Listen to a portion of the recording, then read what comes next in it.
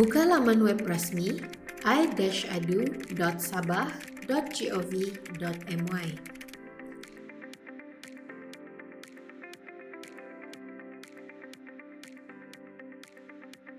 Klik daftar akaun dan borang pendaftaran akan dipaparkan.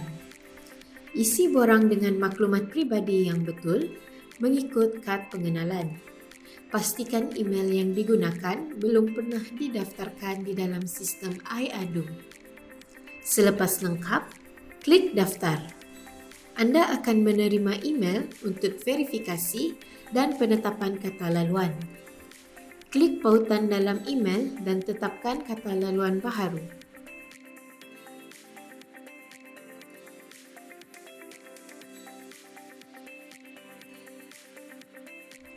Akhir sekali, log masuk menggunakan nombor kad pengenalan dan kata laluan yang telah ditetapkan.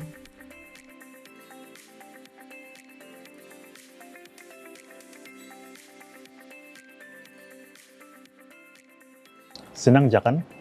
Sebarang aduan mengenai perkhidmatan kerajaan negeri boleh dibuat melalui sistem iAdu pada pautan i-adu.sabah.gov.my. Jika anda mempunyai sebarang pertanyaan, jangan ragu untuk menghubungi pejabat kami di talian 088 369 263.